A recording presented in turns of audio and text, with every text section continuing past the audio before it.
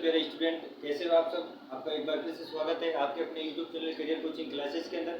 जैसा कि मेरे प्रिय विद्यार्थियों, आप सबने देखा होगा आज का जो थंबनेल पर कि आज का जो अपना बेसिक टॉपिक होने वाला है रासायन विज्ञान के अंदर जो मैं आपको कार्बन की जो नाम पद्धतियाँ होती है, नामकरण, वो आपको मैं सिखाने वाला हूँ। ठीक है, इसको अपन बोलते हैं ऑर्गेनिक केमिस्ट्री में जो नॉमिनेट होता है, नवीनीकरण, वो आपको मैं यहाँ पर सिखाऊंगा। ठीक है, उसका पार्ट 1 लेके आया हूँ मैं आपके लिए और थोड़े दिनों बाद पार्ट 2 भी लेके आऊँगा, क्योंकि ये कक्षा 10 से लेकर, है ना, कक्षा 10 से लेकर कक्षा 12 तक का जो बेसिक पार्ट आता है रासायन विज्ञान के अंदर, उसके अंदर मैं आपको ये कुछ पार्ट बेसिक नामकरण है, ये आपको मैं सिखाने वाला हूँ। ठीक है, बस आप जुड़े रहिए, पूरा सेशन जरूर देखिए, अंत तक देखिए, काफी कुछ आपको सीखने को यहाँ से मिलेगा। ठीक है, तो शुरू करते हैं बिना कुछ समय को गवाए। देखो, फर्स्ट ऑफ मैं आपको पहले बता देता हूँ कि जो कार्बन की जो नामकरण पद्धतियाँ होती है वो इस आधार पे चलती है। ठीक है, जो बेसिक जो नामकरण होता है वो इस तरह से होता है, जैसे सपोज करो मैथ, है ना, मैथ के बाद आता है एथ, प्रोप, ये आपको बेसिक पता होगा, जो भी रासायनिक विज्ञान पढ़ते हैं उन सबको पता होगा, मैथ एथ प्रोप, है ना। फिर आता है ब्यूट, है ना, और फिर आता है आपका पेंट, फिर आता है आपका हेक्स, है ना। इस तरह से पता है ना आपको। इसमें कितने कार्बन होता है, एक कार्बन, इसमें 2 कार्बन होता है यानी कि C2 होता है, इसमें C3 होता है, 3 कार्बन होते हैं, इसमें C4 होते हैं, इसमें C5 होगा और इसमें क्या होगा, C6 होगा। ठीक है ना, एथ मैथ प्रोप ब्यूट पेंट और हेक्स, ये आपका बेसिक आपको पता होना चाहिए स्ट्रक्चर। ठीक है, अब अपन बात करते हैं कि जब 4 कार्बन की लंबी श्रृंखला बनती है तो उसका नामकरण अपन किस तरह से करते हैं। देखो, जैसे स्टार्ट करते हैं, ये आपको पता होना चाहिए बेसिक। देखो, मैं आपको 3 चीज़ों के बारे में बता रहा हूँ, 3-4 चीज़ें हैं जो आपको बताना। देखो, सबसे पहले अगर मैं बात करूँ हेलोजन, ठीक है, क्योंकि कभी कभी क्या होता है हेलोजन भी जुड़ता है। आपको पता है आवर्त सारणी में जो पीरियोडिक टेबल है उसके अंदर, है ना, अगर आपको लग रहा है कि स्पीड ज़्यादा है तो आप वीडियो को थोड़ी स्पीड कम करके भी आप देख सकते हो। ठीक है ना, हेलोजन जो होता है आवर्त सारणी के अंदर वर्ग 17 के जितने भी तत्व है ना, वो सारे क्या कहलाते हैं, हेलोजन कहलाते हैं। तो ये क्या करते हैं, हेलोजन हमेशा ध्यान रखना पूर्व उल्लंघन के रूप में लगते हैं। किसके रूप में लगते हैं मेरे विद्यार्थियों, पूर्व उल्लंघन के रूप में लगते हैं। जैसे सपोज करो, मैंने बोला एक एग्जाम्पल देता हूँ आपको। पूर्व उल्लंघन का मतलब होता है उसके क्या होता है, आगे की ओर लगता है। जैसे कि जो मैंने बोला क्लोरोमेथेन, मैंने बोला ब्रोमोप्रोपेन, तो ये सब आगे लगता है ना, इसके लिए पूर्व उल्लंघन, क्या बोलते हैं इसको, पूर्व उल्लंघन कहा जाता है। दैट्स क्लियर, ठीक है ना। और जो पीछे लगता है उसको बोलते हैं अनुलंघन, ध्यान रखना, ये थोड़ा आपको डाउट क्लियर कर देना है। अब ये आपको पता है वर्ग 17 में जो हेलोजन कौन कौन से हैं, ये कहलाते हैं आपके क्लोरीन, ब्रोमीन, आयोडीन और आपकी एंटीमनी। ठीक है, और एक फ्लोरीन होता है। ये जितने भी तत्व है ना, ये सारे हेलोजन कहलाते हैं। ठीक है ना, क्लोरीन, ब्रोमीन, आयोडीन, एंटीमनी और फ्लोरीन, ये जब किसी श्रृंखला के अंदर आ जाता है तो वहां पर अपन पूर्व उल्लंघन के रूप में अपन उसका नामकरण पहले लेते हैं। ठीक है, अगर क्लोरीन लगा हुआ है तो क्लोरो लगाएंगे पहले, ब्रोमीन लगा है तो ब्रोमो लगाएंगे, आयोडीन लगा तो आयोडो लगाएंगे, एफ लगा है तो फ्लोरो लगाएंगे। ठीक है ना, दैट्स क्लियर, तो ये आपको पता होना चाहिए। अब देखो अपन नामकरण करते हैं, तो ये हाइड्रोजन के लिए हाइड्रोजन हमेशा पूर्व उल्लंघन के रूप में लगता है। दैट्स क्लियर, हमेशा उस यौगिक के पहले होता है। कार्बोक्लोरो, जो ये क्लोरोब्रोमो होता है ना, ये उसके पूर्व उल्लंघन के रूप में लगता है। दैट्स क्लियर, अब अपन आगे चलते हैं। ठीक है ना, हेलोजन का पहले बात मैंने आपको बता दी, और वर्ग 17 के जितने करते हैं वो हेलोजन कहलाता है। ठीक है ना, हाँ, अब क्या चलते हैं अपन आगे की ओर। हेलोजन के बाद जो तत्व आता है वो आता है एल्कोहल। क्या आता है, एल्कोहल। अब एल्कोहल जो होता है ना मेरे प्रिय विद्यार्थियों, ये अनुलंघन के रूप में लगता है, अनुलंघन। ठीक है, अनुलंघन क्या होता है, जैसे इसका जो बेसिक जो सिंबल होता है ना, वो ध्यान रखना, जो सिंबल होता है ना इसका, वो ये होता है ऑल, OL। इसके लगाते हैं अपन, ऑल लगाते हैं, हिंदी में इसको पढ़ते हैं अपन ऑल, है ना, OL, इंग्लिश अपन OL पढ़ते हैं इसको, और ये लगता है अपने अनुलंघन के रूप में, यानी कि उसके नाम के पीछे। जैसे एग्जाम्पल देता हूँ आपको, जैसे मैंने बोला प्रॉप तो है, उसके आगे अपन क्या लगा देंगे, ऑल लगा देंगे। ठीक है, तो क्या बन जाएगा, ये ऑल कहाँ लगा है, अनुलंघन के रूप में लगा है। ये क्या बनेगा, प्रोपेनॉन, है ना, प्रोपेन होता है, वैसे ये प्रोपेन होता है, उसके आगे ऑल लग गया, ये बन गया प्रोपेनॉन।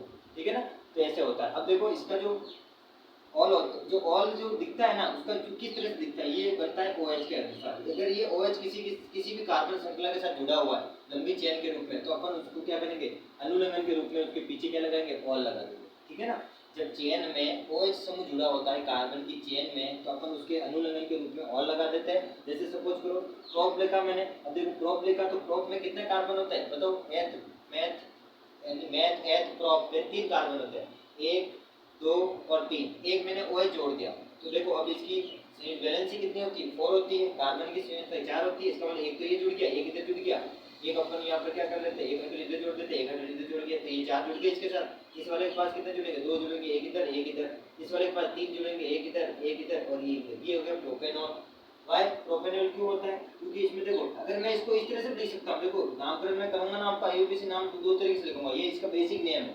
अधिकतर इसका नाम पता है क्या लिखते हैं, जिस तरफ से जो क्रियात्मक समूह जुड़ा होता है उधर से अपन नामकरण करते हैं, जैसे उसमें कार्बन की संख्या देते हैं, जैसे सपोज करो अनुलग्न, ये जो क्रियात्मक समूह इधर से जुड़ा हुआ है तो इस कार्बन को नंबर 1 देंगे, 2 देंगे और 3 देंगे, ठीक है। अब ये क्या करेंगे, कितने की चेन है, 1 और 3 की चेन है, तो क्या लगाएंगे, प्रोप, है ना, प्रोपेन लगाएंगे, ठीक है, प्रोपेन लगाएंगे प्लस प्रोपेन लगाएंगे, प्रोपेन के बाद अपन क्या लगाएंगे, डैश लगाते हैं, क्योंकि अभी यहाँ पर मैं एक अंक लिखूंगा, अंक और वर्ड के बीच में डैश लगता है, ठीक है, और दो लगातार अंक के बीच में क्या लगता है, कोमा लगता है, ध्यान रखना, ओके। तो प्रोपेन और ये क्रियात्मक समूह एक कार्बन पे जुड़ा है तो 1 1 डैश फिर क्या आ जाएगा, ऑल, ऐसे लिख सकता हूँ। तो अगर ये लिख लो, नहीं तो यहाँ लिखेंगे अपन इसको, ऐसे नाम भी ऐसे लिखता हूँ, प्रोपेनॉल भी कर सकता हूँ साथ में, ये भी सही है, ये IUPAC नाम है इसका, बिल्कुल सटीक जो IUPAC नाम आप लिखते हो उस तरह से आप लिख सकते हो इसको, ठीक है ना, ये अभी आगे बताऊंगा मैं। तो अल्कोहल का पता चल गया, अनुलग्न के रूप में ऑल लगता है और ये नाम के पीछे लगता है, ठीक है, जैसे प्रोपेन है तो प्रोपेनॉल हो जाएगा, ठीक है। चलते हैं अपन आगे की ओर, अब अपन बात करते हैं इसके बाद में, अल्कोहल के बाद में बात करते हैं एल्डिहाइड, क्या लगाते हैं मेरे विद्यार्थियों, एल्डिहाइड की बात, ठीक है ना। एल्डिहाइड ये भी एक क्रियात्मक समूह के रूप में लगता है, इसका जो प्रतीक होता है वो इस तरह से होता है CHO, अगर किसी कार्बन की चेन में CHO जुड़ता है ना, तो वो बनता है एल्डिहाइड, क्या बन जाता है, वो एल्डिहाइड बन जाता है, ध्यान रखना, ठीक है ना। अब इसमें इसकी बनावट किस तरह से होती है, CHO की इस तरह से होती है, C, इसके बाद में डबल बॉन्ड O और ये जुड़ता है आपका H, यहाँ क्या लग जाएगा, H लग जाएगा और इसके साथ एक चेन जुड़ जाएगी, ठीक है ना। इस रूप में इसको अपन दर्शा सकते हैं। अब अपन आगे चलते हैं, अगर मान लो अगर कोई एल्डिहाइड है ना, तो उसको अपन कैसे, इसका जो बेसिक सिंबल होता है वो किस तरह से होता है, तो इसके अगर अपन आगे L लगाते हैं, क्या लगाते हैं, L, है ना। जैसे सपोज करो ये कार्बन की 3 कार्बन है, 1 2 और ये 3 कार्बन है, ठीक है, ये 3 कार्बन है तो कितने की श्रृंखला बन गई, प्रोप की बन गई, क्या बन गई, प्रोपेन की बन गई, ठीक है ना।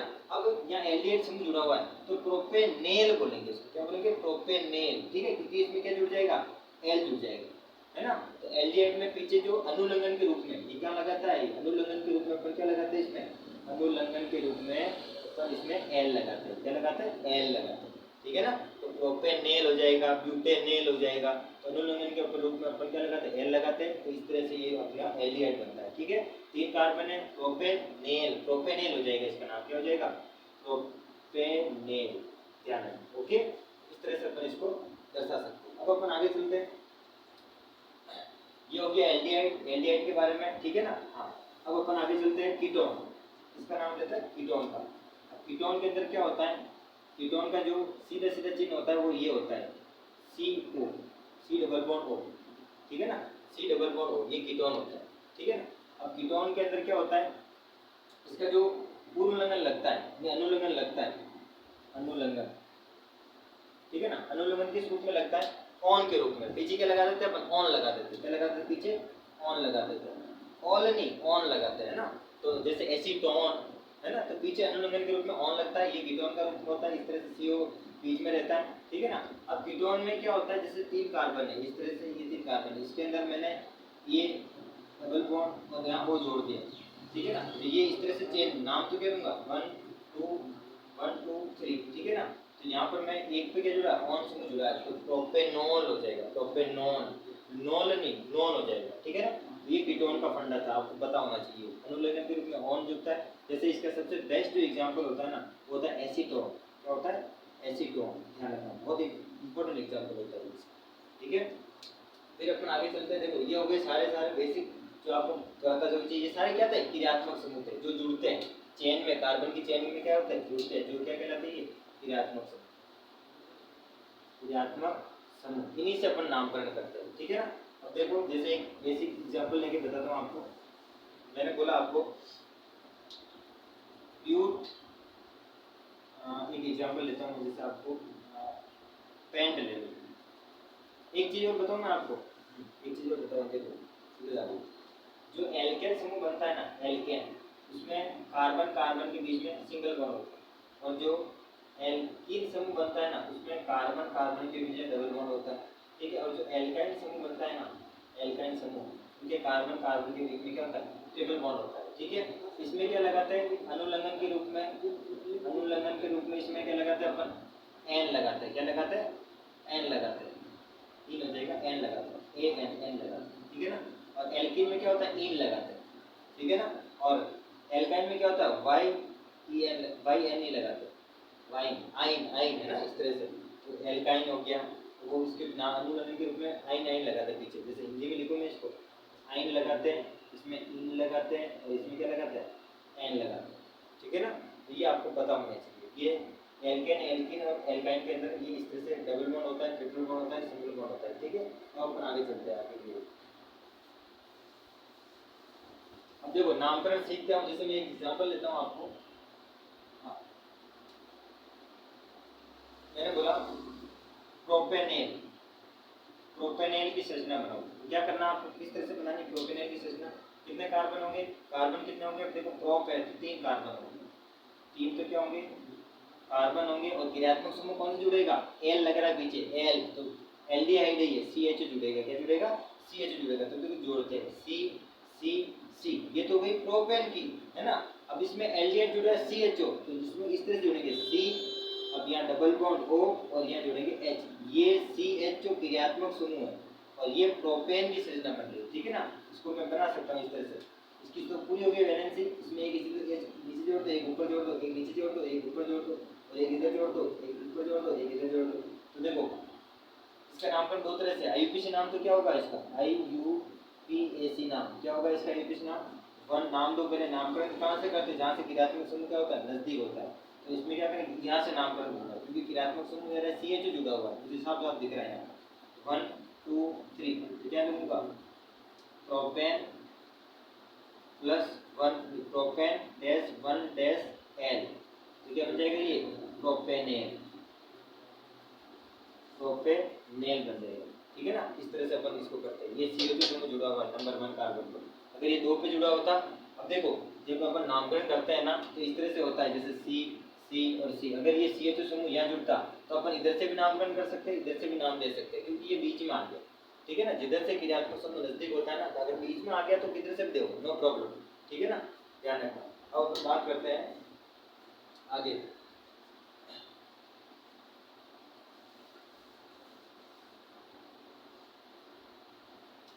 मैंने बोला आपको क्लोरो ब्यूटेन का चित्र बनाओ, क्लोरोब्यूटेन, तो क्लोरोब्यूटेन का अंदर क्या होगा, ये हेलोजन जुड़ा हुआ, उसके अंदर पूर्व लंघन लगा हुआ, तो ब्यूट के लिए कितने कार्बन होते हैं, 4, 1 2 3 और ये 4, ठीक है। अब क्लोरो है, अगर यहाँ 1 डैश क्लोरो देता तो क्लोरो कहाँ जोड़ते, 1 पे जोड़ते, लेकिन यहाँ कुछ नहीं दे रखा तो अपन को एक एक पे जोड़ना पड़ेगा। देखो यहाँ पर एक एक 4 कार्बन है, तो ब्यूटेन, ब्यूट तो वैसे बन गया। अब ये बीच में सब में सिंगल बॉन्ड है, तो एन, क्योंकि एल्किल समूह है तो एन लगेगा पीछे, तो ब्यूटेन तो बन गया। अब 1 पे क्या जुड़ रहा है, क्लोरीन, तो यहाँ क्लोरो लगा दो, Cl जोड़ दो, तो यहाँ क्या बन गया, ये 1 2 3 4, इसको ऐसे लिख सकते हैं 1 क्लोरो, है ना, या ये किस नाम होगा 1 क्लोरो ब्यूटेन, 1 क्लोरो ब्यूटेन या क्लोरो ब्यूटेन भी कह सकते हैं, ठीक है ना। इस तरह अपन इसका नामकरण करते हैं, ठीक है ना। तो ये इस तरह से जुड़ते जाते हैं, तो एक चेन बनती रहती है। अब add math group top X, ये आपको पता होना चाहिए, ठीक है ना। और संरचना भी आपको बनाना सिखाऊंगा मैं आपको, देखो संरचना बनती है ना, जैसे एथेन की संरचना, ये सदस्य में पूछ जाती है आपसे, ठीक है ना। और ये बेसिक पार्ट होता है जो आपको पता होना चाहिए। अब अपन आगे का डिस्कस करेंगे ना, वो पार्ट 2 के अंदर करेंगे, ठीक है ना। ये बेसिक फंडा था, आई होप आपको अच्छा लगा होगा, ठीक है ना। अगर अच्छा लगे तो आप कमेंट जरूर करना, ताकि इससे क्या होता है, कॉन्फिडेंस मिलता है, और नेक्स्ट वीडियो में मैं आपको उसी हर्षोल्लास के साथ क्या होता है, कॉन्फिडेंस के साथ पढ़ा सकता हूँ, ठीक है ना। अब नेक्स्ट वीडियो में अपन मिलेंगे, तब तक के लिए आपसे मैं विदा लेता हूँ, लेकिन इसका आप एक बार रिवाइज जरूर करना, और आपसे ये करूँगा गुजारिश कि सब्सक्राइब और शेयर करना ना भूलें, ठीक है। इसी के साथ जय हिंद।